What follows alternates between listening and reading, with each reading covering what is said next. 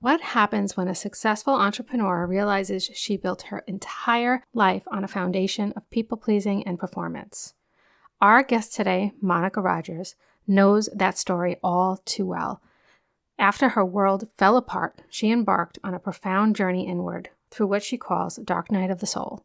Now, she guides women to break free from the trance of unworthiness, using powerful tools like intentional creativity and ancient wisdom to shed societal expectations and reclaim their authentic, powerful selves. Let's get into it.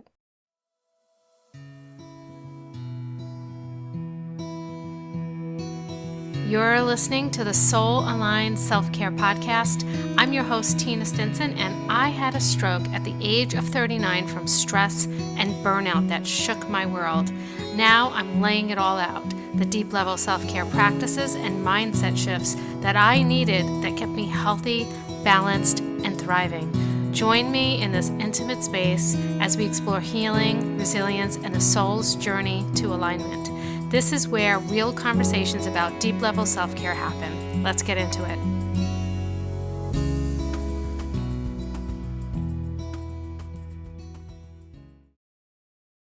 Hello, and welcome to the Soul Aligned Self-Care Podcast. How are you doing today? So honored to be here. Thanks so much, Tina, for having me. Yeah, I'm so excited to get into this conversation.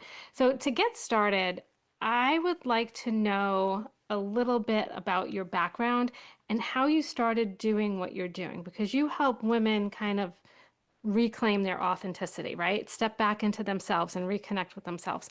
So, where did this come from? What's the story behind that? Oh my gosh, deep disconnect, deep, dis-ease. Um, so let me start with this. I think at a very young age, I felt different. And I think so many of us do, right? It's just like we're the ones that don't fit into the grid. Yeah. And I was raised in a very, very strict Roman Catholic home.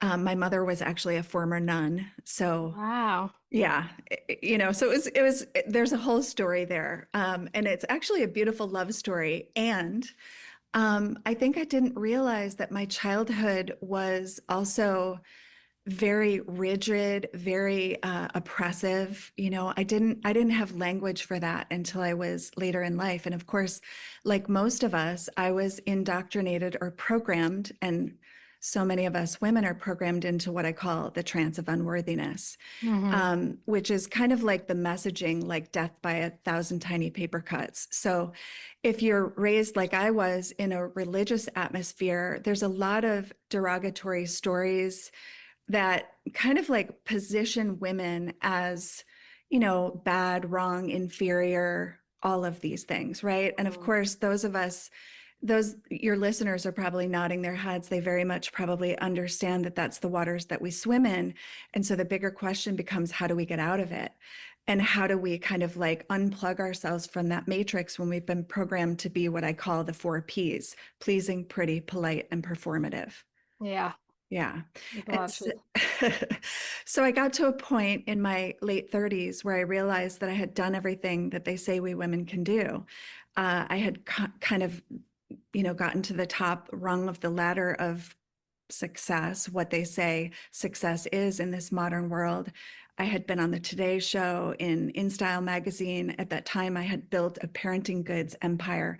But I always say I was building an empire on quicksand, because it was coming from a place of needing to prove myself versus authentically true to who I was. And I realized at that point in my life that I had basically done everything other people thought I should do instead of following. In fact, I didn't even know how to follow my own inner voice because I couldn't Hmm. hear it until I could. And it wasn't until I really, really started to recognize that I also didn't have a sense of spiritual freedom or autonomy. And that was when kind of this simultaneously, when my whole world fell apart, was when I also decided to kind of stray outside of the way I had been raised and really start to explore what spirituality really meant to me. Mm-hmm. And of course, as you start unraveling, that was what I started calling the Revelation Project, because it was like every veil that was lifted, there was like a gift to see underneath kind of what I called all of these shadowy, dense energies that were keeping me from really going within. Mm-hmm. So it was such an outward journey.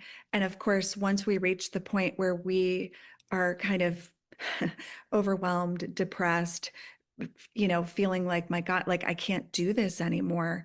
That's when the heroine's journey really starts. And what's different from the hero's journey or the masculine journey is our journey is very much inward. Their journey is very much outward. Mm-hmm. So going within, and it really started with the dark night of the soul, which was 9 months in bed. Wow, that's a Yeah. long time. Yeah. Yeah. So it was kind of like everything culminated at once. And I realized in hindsight it was happening for me.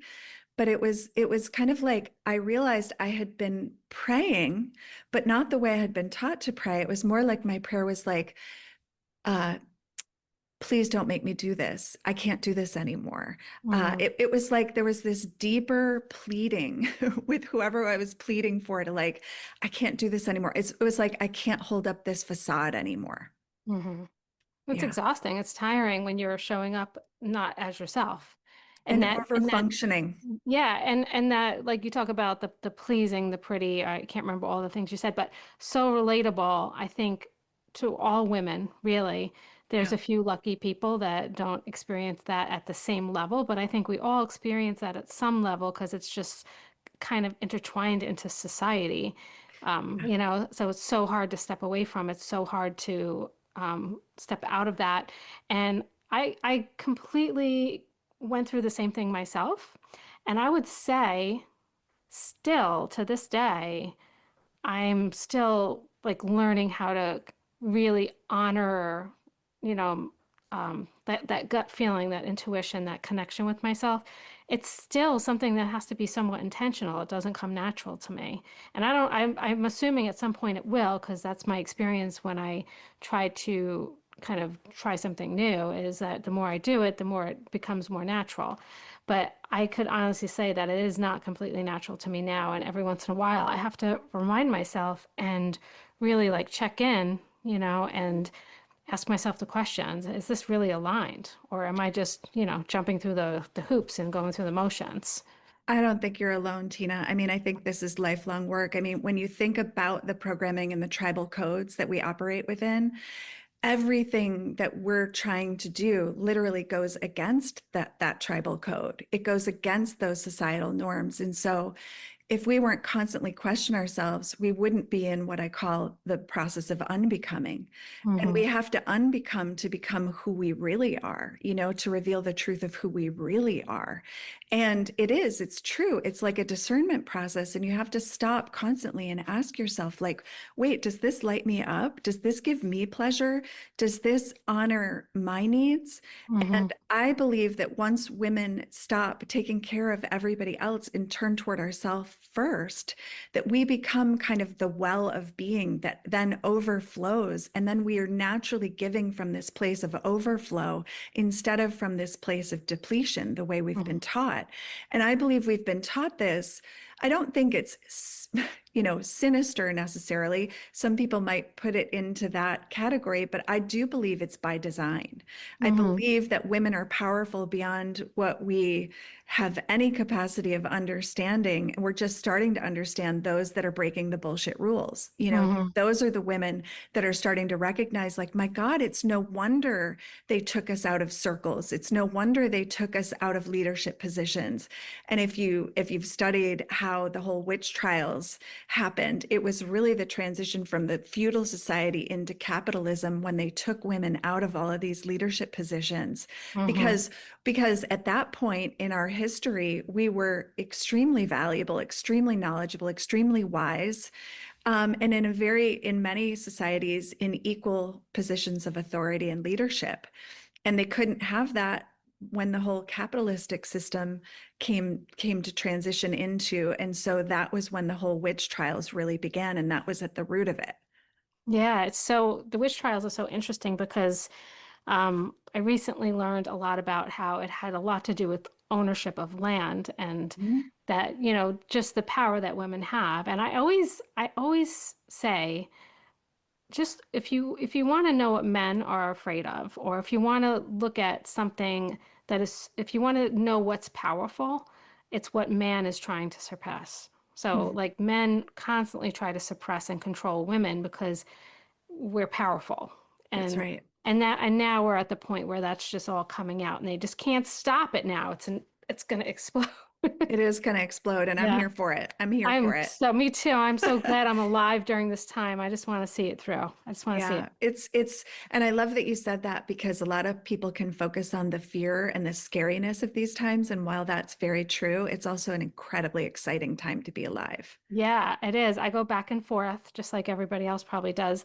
But I truly think that everything that is happening right now is breaking down because we need to rebuild from a different place. And so I just keep looking at it that way as a excitement of what's going to become, what it's going to turn into. So I think we have a lot to look forward to, especially as women. So I do too. And I just a quick plug, just because you said this breaking down piece.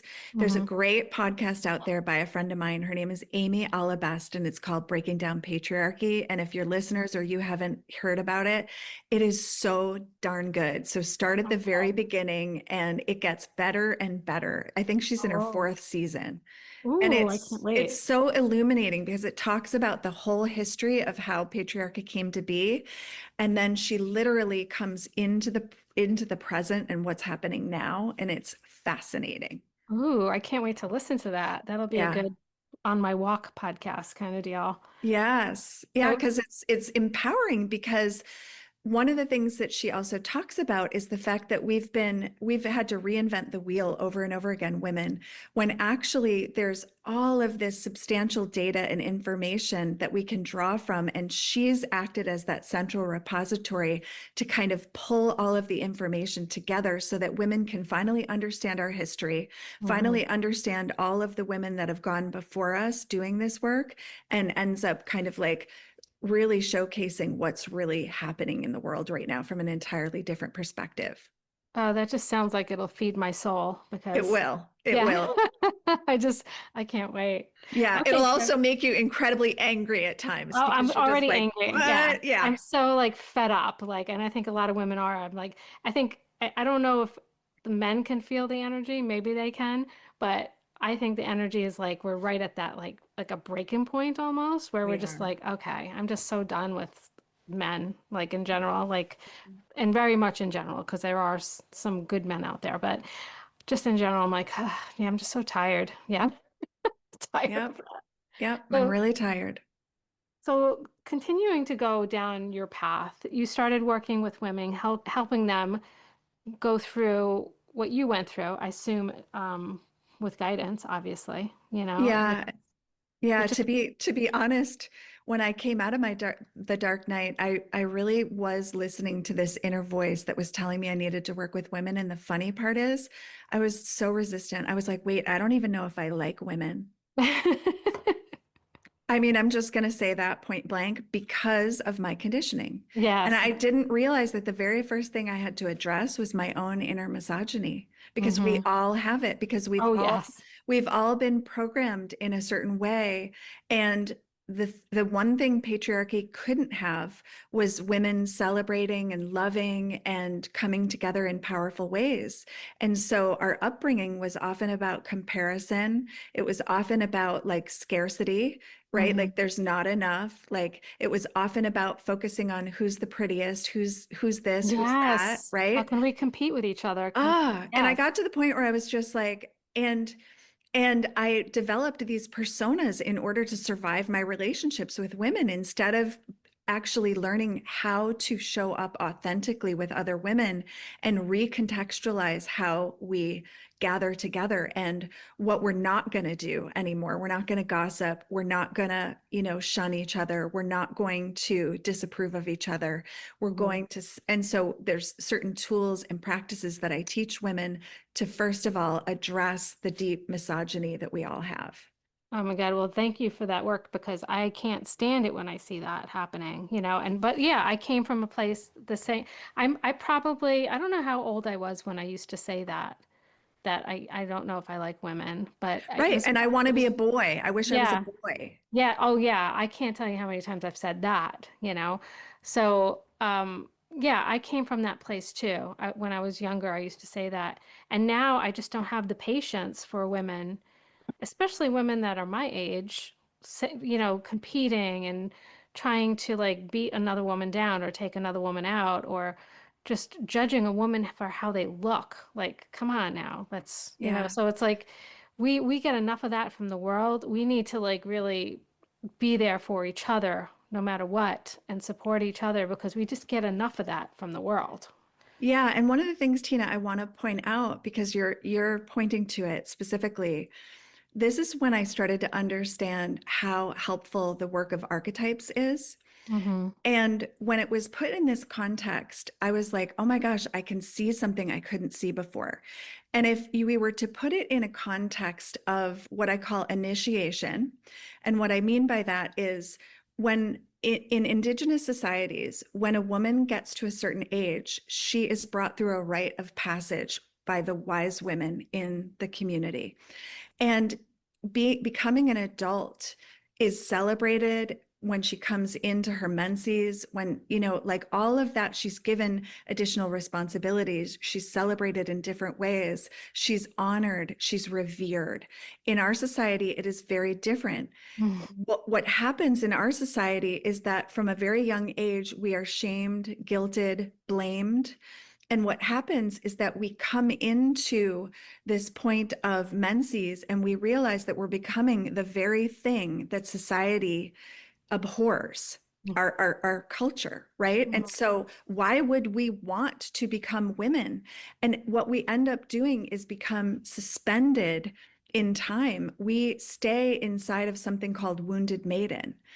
And when you look at it through these natural archetypes, there's the maiden in her healthiest form. So we both have young daughters. I have a 23-year-old daughter, and her way of being in the world, because I reparented myself when she was young, she had a chance because I broke the generational kind of curse or the generational wound that said Yeah. that I was going to reparent or parent my daughter the same way I was parented by my mother. And no slight on my mother, but my mother, like so many of our mothers, were actually wounded maidens. They never came into their full bloom, they never came into their full actualization and ended up resenting their position in society, ended up forfeiting and sacrificing because that's what we're taught to do. Yeah, And yeah. they ended up becoming angry and resentful and fearful and trying to keep their own daughters in a box instead of like celebrating their daughters. And so I have a fierce daughter who's out there like, and it's so funny because as she was being raised, if, men would say what men say, like, oh, you're going to have to stand with a shotgun at the door for that one. And I'd be like, don't worry about her, like Yeah.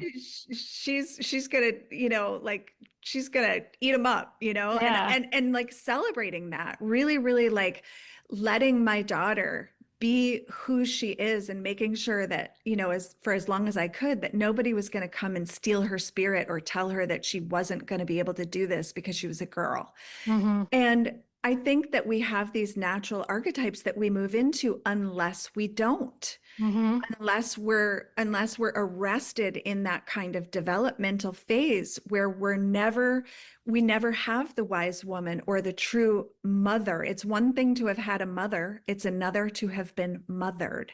Mm-hmm. And so, if we have not truly been mothered or wise womaned through an initiation, we're going to be suspended in these places where we resent other women, compare ourselves to other women, compete with other women, right? And so it becomes this self perpetuating prophecy over and over and over again. And that's why we're the ones, I say, we go back to these exciting times to be alive because we are the generational chain breakers. The ones that are listening to this podcast are the ones who are breaking the tribal code. Mm-hmm. We're breaking these patterns that have kept us in states of oppression and kept our daughters in states of oppression. Yeah. And I think that when you talk to a woman and you see this is I don't know if this is probably not the most popular comment to make, but I work with a lot of women who are like angry, very angry, Hmm. and I also work with a lot of older women, older than myself, and I love being able to see them to come through that and then just blossom into themselves, and then finally be comfortable. So I just want to say, like, it's never too late. I don't care how Never. old you are, it's never too late to like blossom into something. And I'm truly convinced that the Karen term that we hear that people talk about, those women are just angry. Like they're I think deep down inside, they're maybe some of them are terrible people, but Well, we could I also think call them wounded maidens. yeah, because that's what it is. That's what it is. They're, it could be fear, it could be so many different things, but they're just like protecting themselves. And they're just, and I truly believe that if more women had access to this kind of work, this kind of healing, that then this process of the feminine energy rising in this time period would happen so much faster. But I do believe that it's starting to snowball and catch on, and then it's just going to move a lot faster than we even realize. And once again, I'm excited about that, especially for my daughters, and even for my son, because what we experience in this world does not benefit men either, or our No. sons. It hurts them too.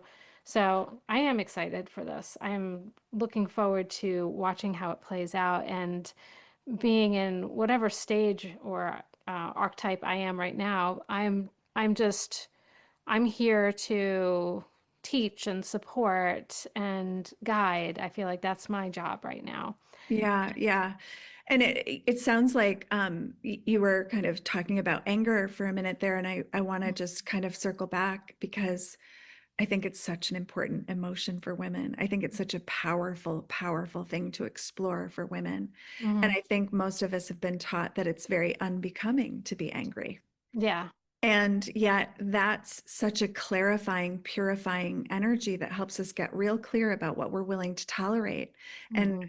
and for so many women, we get what we tolerate. And so we're often faced with situations where we're keeping the peace instead of making peace, Yeah. in order to kind of avoid the disapproval, the self-disapproval and disappointment that comes when we lose it, right? Yeah. We really get punished when we experience anger, and it goes really deep too. Like think about what they used to do to women.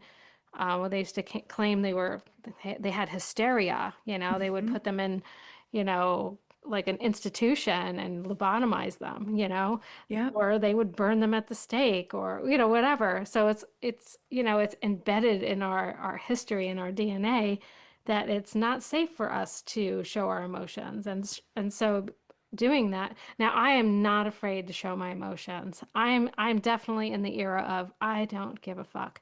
And so like I just, it comes out. But there's certain times I think when it comes to like the people that I really love and care about, like my children, where I I don't mute myself, but I will make sure I'm being like appropriate or something like that because I don't want to Yeah. embarrass my kids. I think there's So, always kind of that, that part of us that will be like, discern when, where, and how, yeah. we behave ourselves or not. Yeah. But there's also when it comes to our kids, it's also like modeling. And like you Hmm. said, you want to model for your girls. Like I don't want to model to my daughter tolerating something that I'm truly not tolerating. And sometimes Hmm. she's like, oh my God, mom, like, but at the same time, I also really have to look at like, okay, well, what's the real lesson here? Not only for me in that moment, but for her. And I often have to just be transparent with my kids and say, okay, like you just saw my angry side and I want to get deeper here and get more transparent with you and tell you the truth. Like I'm actually afraid, like that's where that outburst of anger came from. And show them what it looks like to process externally, like to unpack some of the emotions that come up in our household when they do, and really come, like, because every rupture needs a repair.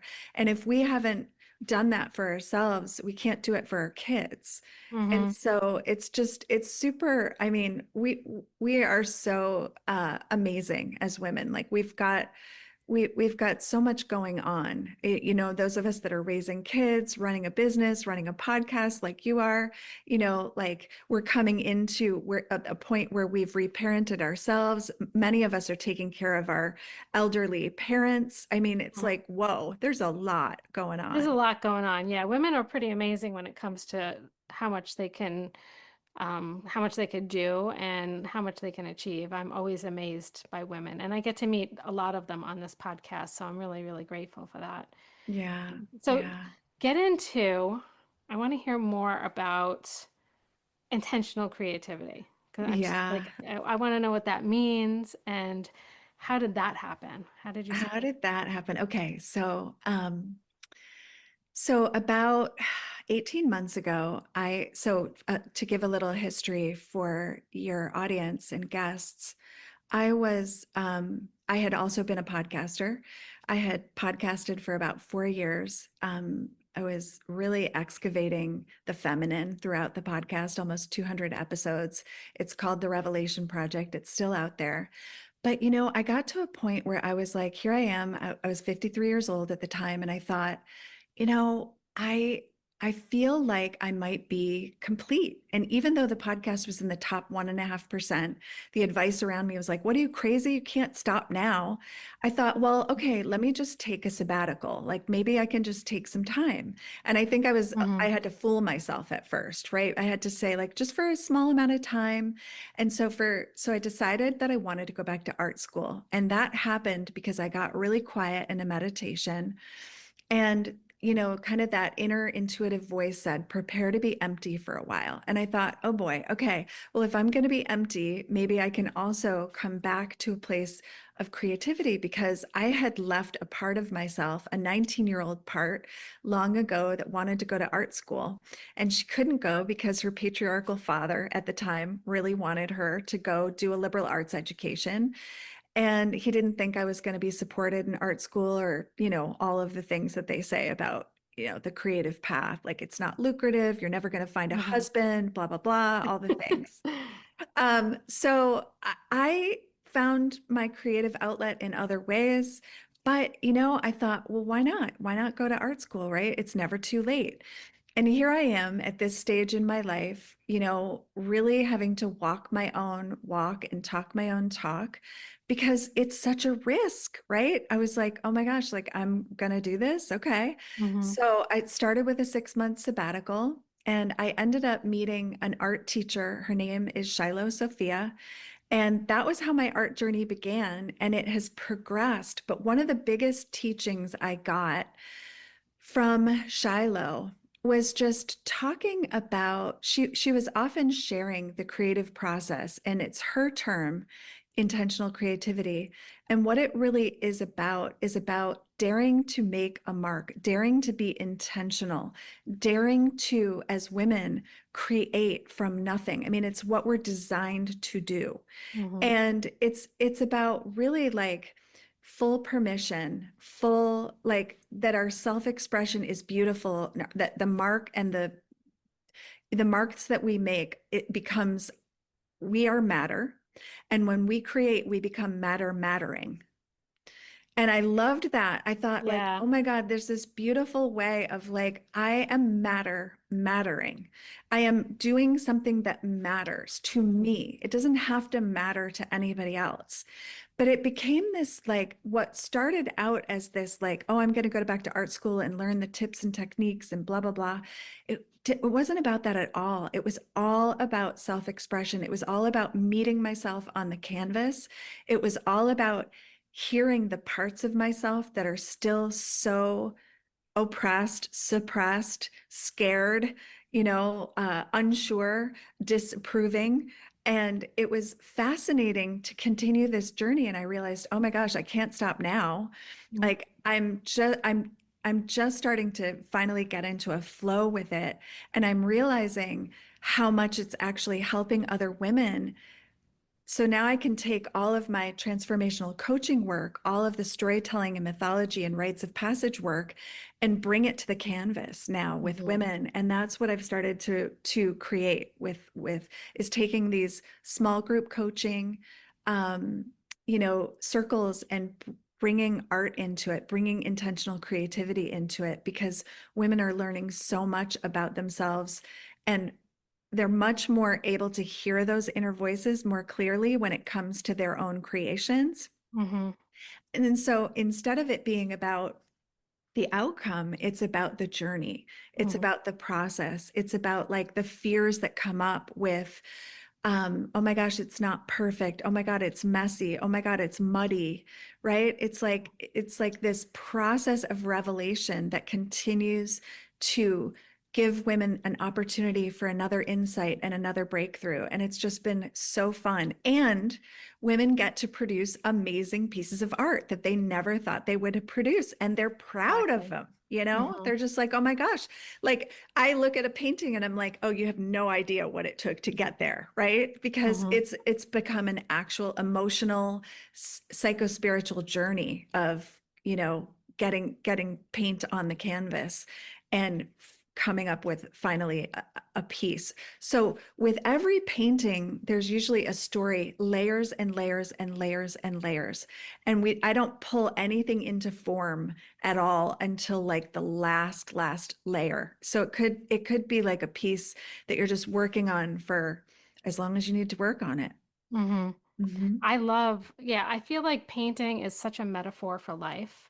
And Hmm. as I told you before we hopped on, I very recently have stepped back into my creativity. And I just thought it was so weird how aligned this podcast is coming right after the podcast I did this week about how beneficial creativity is. Because as soon as I started stepping back into this, I just felt so relaxed and so Right. happy. And it's like, I'm having so much fun doing it. And so then I started looking into it and I saw this TED Talk by Amy McNee who talks about, so many benefits of We art. need your art, Yeah, right? Yes, I love yes. her. And then I started doing a little bit of research and it turns out that it's very beneficial for stress and anxiety. But not just that, like you said, it's like a journey. And I started doing watercolor. So I grew up among arts and crafts of all sorts. And I thought this was normal, but this was not normal in a good way.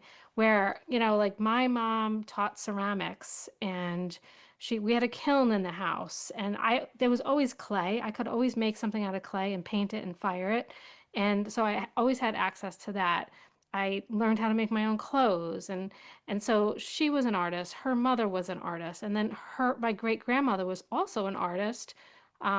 Sculpture, but my great grandmother was also a milliner, hat designer, and she worked Wow. for like a top designer in New York City, um, Lily. Oh, I can't remember her name, but it was like kind of like during the Depression and that era, Yeah. and so this woman designed all these hats for all the famous people, and it was a big deal.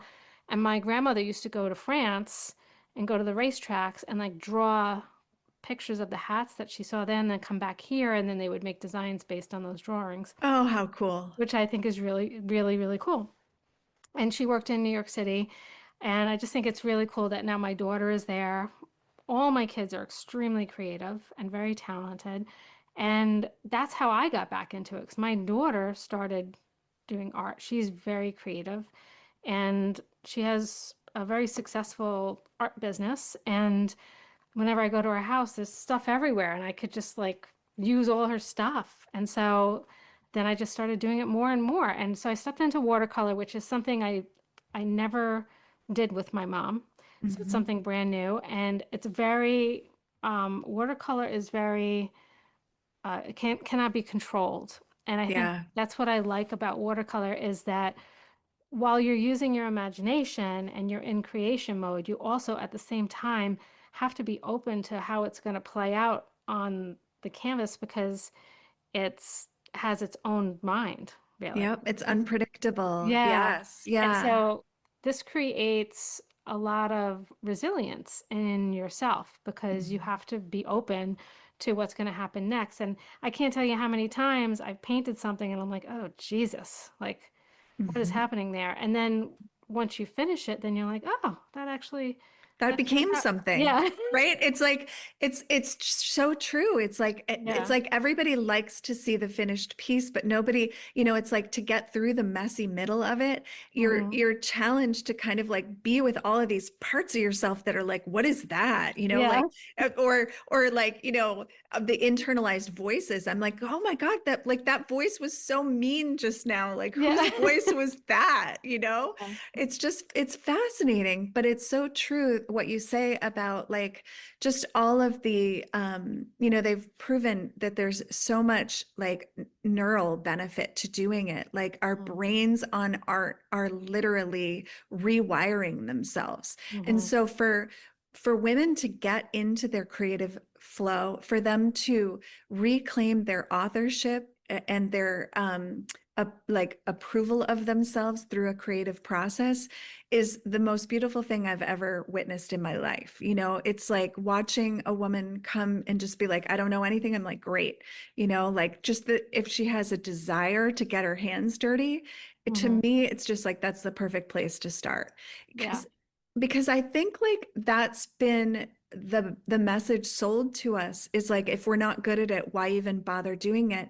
And yet art becomes one of those things. It's like it's not about that. It's not No. about being good at it. It's about what are you here to express? And like you said, it's like what will come. It's like the painting kind of reveals itself to you, so it becomes its own revelation project. Hmm. Yeah, and I mean, I like doing acrylic too. You have a lot more control with acrylic, but I also think that for me at least, I have no like I've never learned how I've learned how to paint ceramics and that's it. And that was when I was a little kid, really. Hmm. So I Hmm. don't really have like an educational background in art, so I don't know what I'm doing. Sometimes I think that's really good It because is.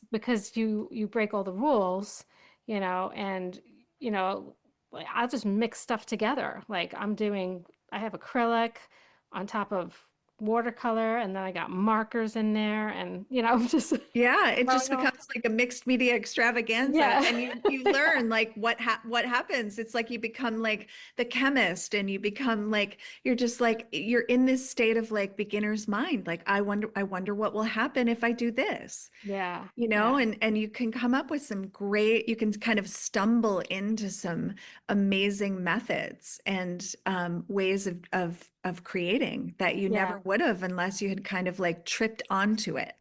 Yeah, and I think it was really good for me.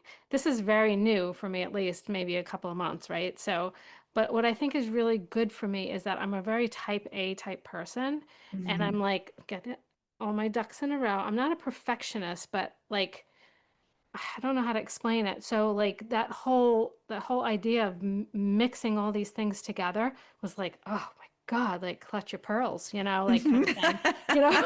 Yeah, Oh yeah. my God, acrylic with watercolor. Whoa, Oh, what I'm going out oh of yeah. control Yeah. here. Yeah. So I think it's really good for me to just be like, oh, I don't it doesn't really matter Mm-mm. what it looks like when it's done. Like you said, when I first started, it really mattered to me. But Yeah. now I'm just like, whatever, it's just it's the whole process is beautiful. And I now have like a setup in my house where I keep everything out all the time. There's a gigantic bird in the tree. Like it might be an eagle. It just like flew Oh, up. It like was very distracting. Okay. So that's really very prophetic. yeah, that's really Yeah. cool. I didn't, okay. So anyway, I have this table and it's an island like right in my kitchen and all my art stuff's there and I always have like a painting going in that space. And so like I'll get up to make a cup of coffee and I'm like, oh, just like do a little bit, and then I'm like later on, I'm like, ooh, it's dry again because you have to wait till it dries sometimes in order Yeah. for it not to get all mixy. And so I'm just constantly walking back and forth. So it's just a part of my day now. And I love it so fucking much. I can't even tell you how much I love it. I just Yes. want to be doing Yes. that. Yeah. Well, no, it's so true. And that's the thing is like, I think in doing this, it's like we're reconnecting to like fun and pleasure Mm, and really it's our birthright, it's like we are creative beings. We are artists. In fact, in the Toltec tradition, and this is why the eagle is so important and why the eagle's presence is so important. In the Toltec tradition, you are the artist of your life. And what eagle represents is so there's a part of the shaman's prayer, and it says, let me just remember it because it's so beautiful. It says, welcoming in the winds of the east, eagle, help me fly high in the sky to see the bigger picture. Help me step into the void of not knowing so that something awe-inspiring beyond my wildest dreams can be revealed for me.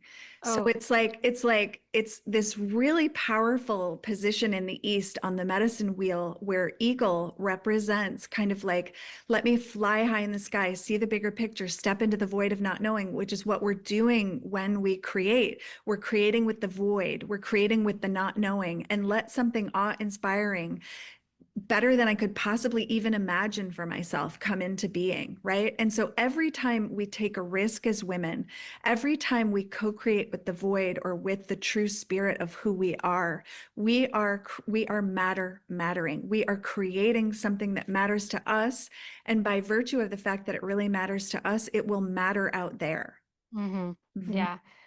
That's really beautiful. And it like gives me like chills because it's just sitting. So there's this tree on the property where I live. It's this big oak tree. And to me, that tree is like the tree that's in charge of the property, right?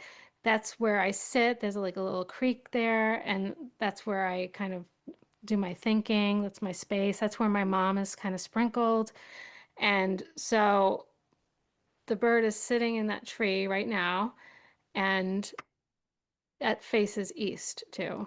That's Mhm. There we that's go. It's west. all there. It's So all it's there. like I'm like, ooh, like Yeah, yeah, yeah.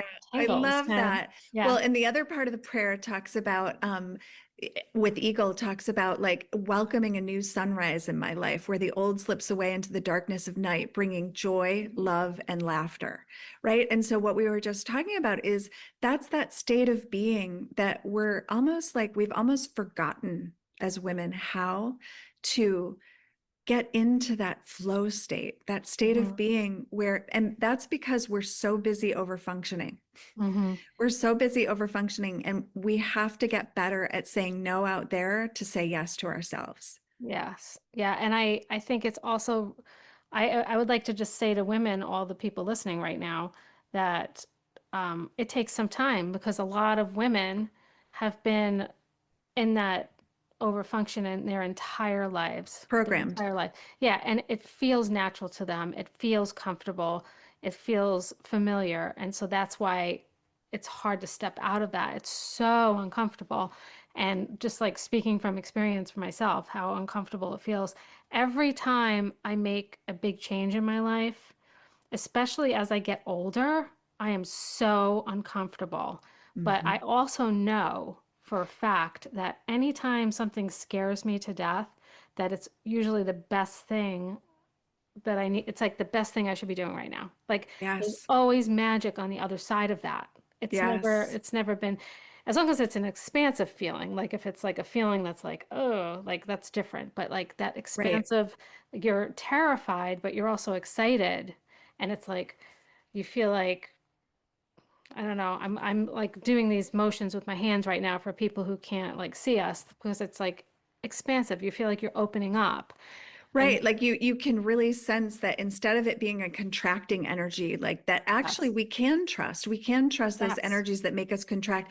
But if the deeper desire is like, oh, I really want to do this, but I'm scared, like it's so there's something on the other side of it. And you're so right. I mean, with every, dark night, I call what you're going through, even if it's a mini dark night, right? When we are challenged to like move into something new, like we are not meant to stay. We're yeah. not meant to stay and stagnate. We're meant to expand and grow. And to find our growing edge is our birthright. And there's nothing like creativity to get you kind of like closer to your edge, because you start giving yourself such a gift when you get into those places where you're like, oh my gosh, I can see more of myself. I can embody more of myself. I can approve more of myself. And it's really about the journey, not the outcome. And there are very few places in the world where that's really what it's about, where you're Mhm. allowed to just be messy and childlike. Yeah, it's so important. I went into this candy store. I think it was in Brooklyn, in New York, and I apologize for not remembering the name of the candy store, but there was a postcard that they had, and it said, "Growing up is a trap." And Mm, I said, that is my new mantra because that is so true. That is so true. yes. I always say also, I'm very immature, but in all the good ways, and I embrace that immaturity because we have to have fun. Life is just way too serious, and we're only here for a short time, and we're supposed to experience joy. That's really our purpose, is to find our passion, our joy, and then to share it. And then, so like that's what we're supposed to be doing. But most of us are only doing that maybe 5% of the time. And so being able to like step more into that joy and more into that passion that you have and keep working on getting aligned, getting aligned, getting aligned. Every time I'm like, I do like these little breakdowns in my life and in my business. And I would say I don't really have, it's not like planned, but when I start to feel like stuck, I'm like, okay, what's aligned and what's not? I just go through Hmm. everything. And I'm like, Yeah. that needs to go away. That doesn't work for me. And just because you put your all into something like your podcast as an example, just because you Mhm. put everything into it, you have all that success, doesn't mean that you have to hang on to it forever. You Mm-mm. know, it's just, Mm-mm. it was a part of your journey, a part of your life, and now you're doing something different. And And it got me here. It got me yeah, actually to the place where I trusted this opening, right? Where I hmm, trusted like, okay, this is the next place for me to go. yeah, And I couldn't have seen at the time that it could incorporate everything I had learned through podcasting, that it could incorporate, all of these, because I study mythology, especially women's mythology. And so I was like, oh my gosh, I can teach this through the artistic process, through the creative process. oh yeah, I love that. I love Yeah. that. Yeah, so that's, I think it's beautiful that what you shifted into is still connected to kind of what you used to do, but it's Hmm. just expanded and it's serving that change and that growth that you wanted to experience. And I think that's really, really cool and really beautiful that you're working with these women and you're sharing that with them and that they could, I feel like that probably accelerates the time it takes for them to really step into their authenticity because it just kind of, art just kind of does that. Creativity kind of does that. And I talked about the other day when I did that podcast about, and Amy, this is Amy McNee once again, like she said this, that creativity doesn't have to be like fine art. It could be like anything. Anytime you're creating, like the podcast was a form of creativity for you. That's right. That's right. Writing is creativity. Anything that you're, a garden is creativity. Cooking is creativity.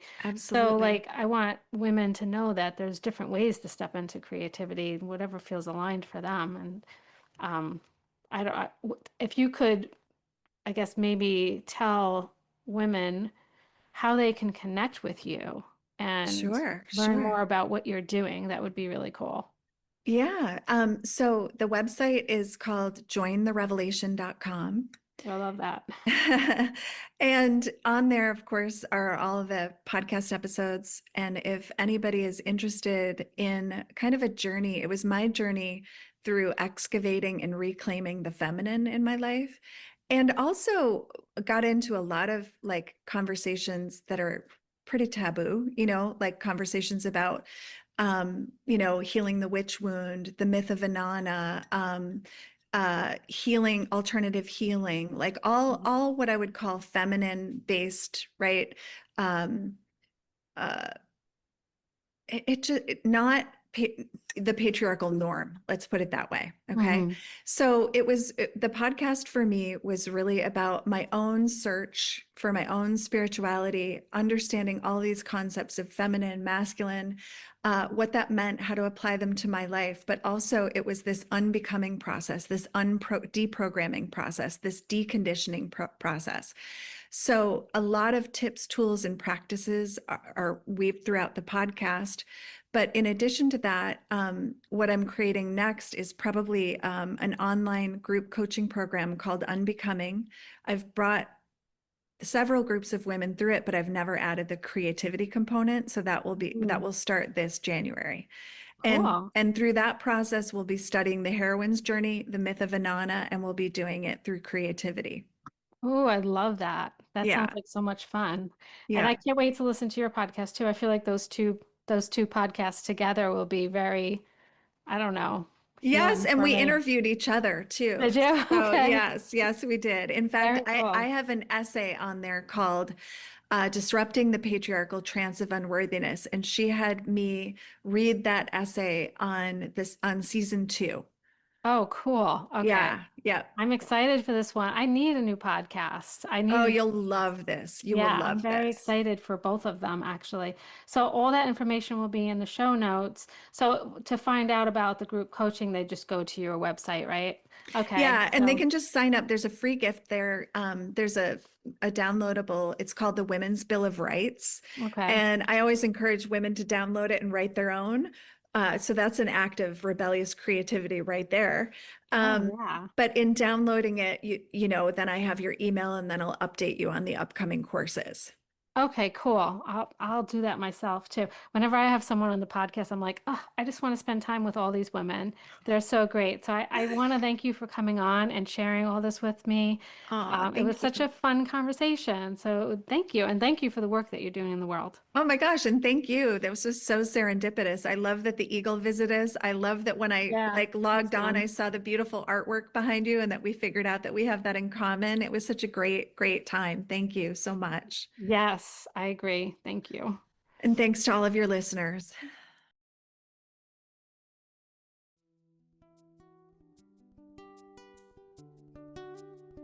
Thank you so much for spending this time with me today. If you enjoyed this episode, be sure to subscribe so you never miss a new one. And if you're listening on Apple Podcasts, I'd love it if you could leave a review. It helps get the show in front of more people who might need this type of support.